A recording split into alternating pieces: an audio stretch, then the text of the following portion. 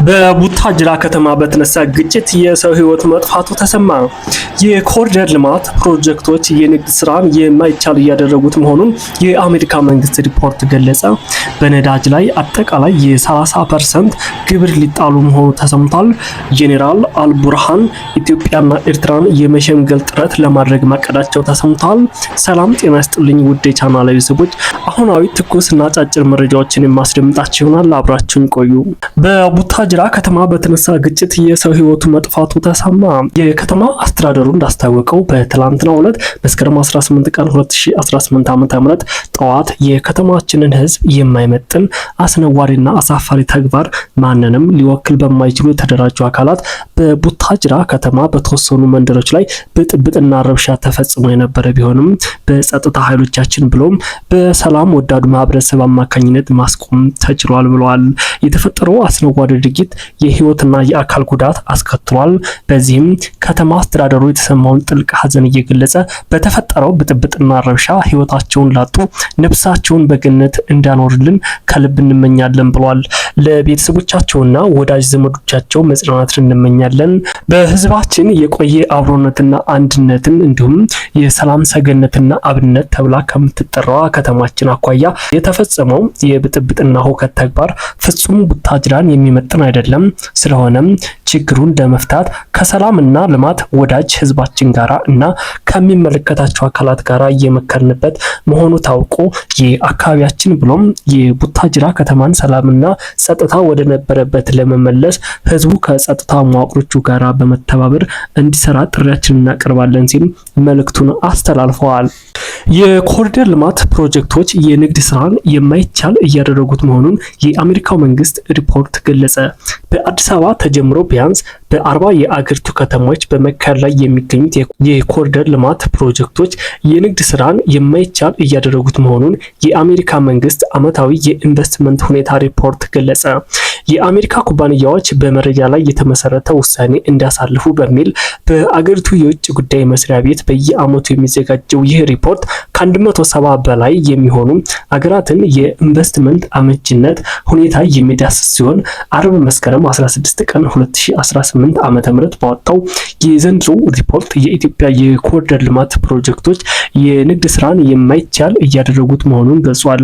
የኮሪደር ልማት ፕሮጀክቶቹ ከንግድ ቦታዎች ፊት ለፊት ያሉ መንገዶችን በማፍረስ የሚከናወን መሆኑን የጠቆመው የአሜሪካ መንግስት ሪፖርት ይህም የንግድ ስራን የማይቻል እያደረገው መምጣቱን ያትታል። በዚህም የንግድ ስራዎች ቀጥታ ባይነኩም እንኳ ከስራ እንዲወጡ እየተገደዱ ነው ብሏል። መንግስት በበኩሉ የከተሞች የኮሪደር ልማት ኢትዮጵያን በምስራቅ አፍሪካ ቁልፍ የንግድና የሎጂስቲክስ ማዕከል ለማድረግ ያለመ ፕሮጀክት መሆናቸውን ይገልጻል። በነዳጅ ላይ አጠቃላይ የ30% ግብር ሊጣል ነው ተባለ። የገንዘብ ሚኒስቴር ከተያዘው 2018 የበጀት ዓመት ጀምሮ በነዳጅ ምርቶች ላይ አዲስና አጠቃላይ የ30% በመቶ ግብር ሙሉ በሙሉ ተግባራዊ እንደሚያደርግ ማረጋገጡ ተሰምቷል። የግብሩ አወቃቀር ምንድነው ልንገራችሁ። ይህ አዲስ ግብር የሚከተሉትን ሁለት ክፍሎች ያካትታል። 15 በመቶ የተጨማሪ እሴት ታክስ በእንግሊዘኛው ቫት፣ 15 በመቶ የኤክሳይዝ ቀረጥ።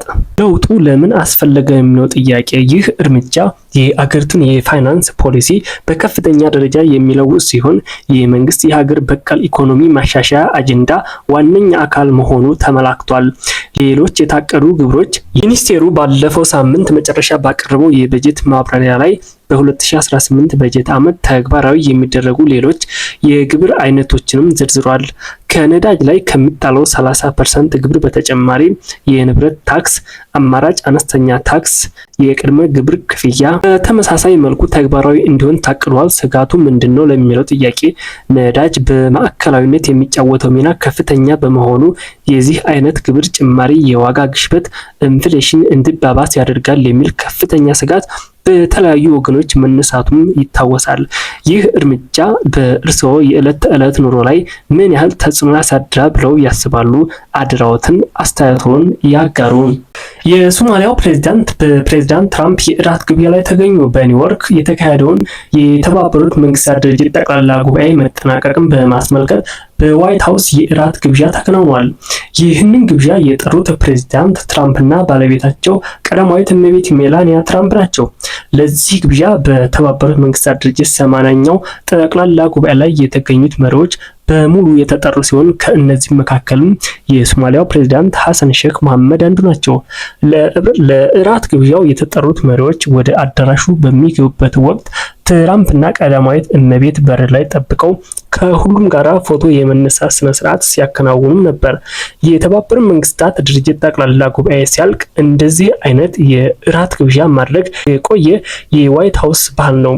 ይሁንና ጉዳዩን አስገራሚ የሚያደርገው ትራምፕ የሶማሊያውን ፕሬዝዳንት ለግብዣው የጠሩትና አብረዋቸው ፎቶ የተነሱት ሶማሊያ መንግስት የሌላት በሙስና የተጨማለቀች አገር ናት የሚል ንግግር ካደረጉ ከአንድ ሳምንት በኋላ መሆኑ ነው ሲል ሄራን ኒውስ ዘግቧል።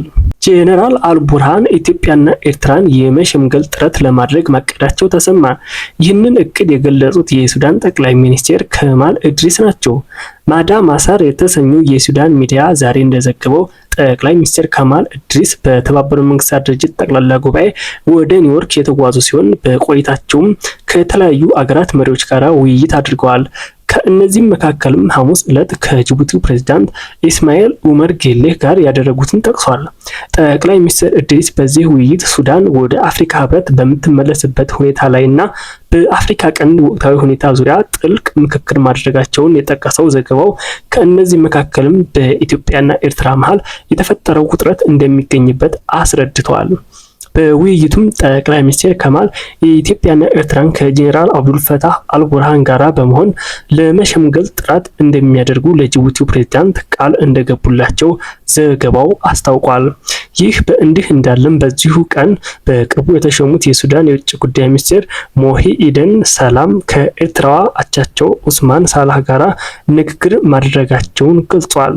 በውይይቱ ላይ ኤርትራ የሱዳን ኤምባሲዋን መልሳ በምትከፍትበት ሁኔታና በቀይ ባህር ደህንነት ላይ ትብብር በሚደረግበት መንገድ ላይ ምክክር መደረጉንም አስታውቋል። የኤርትራው የውጭ ጉዳይ ሚኒስትር ሱዳንን እንደጎበኙ ከሱዳን አቻቸው ግብዣ እንደቀረበላቸውም ዘገባውም አስረድተዋል።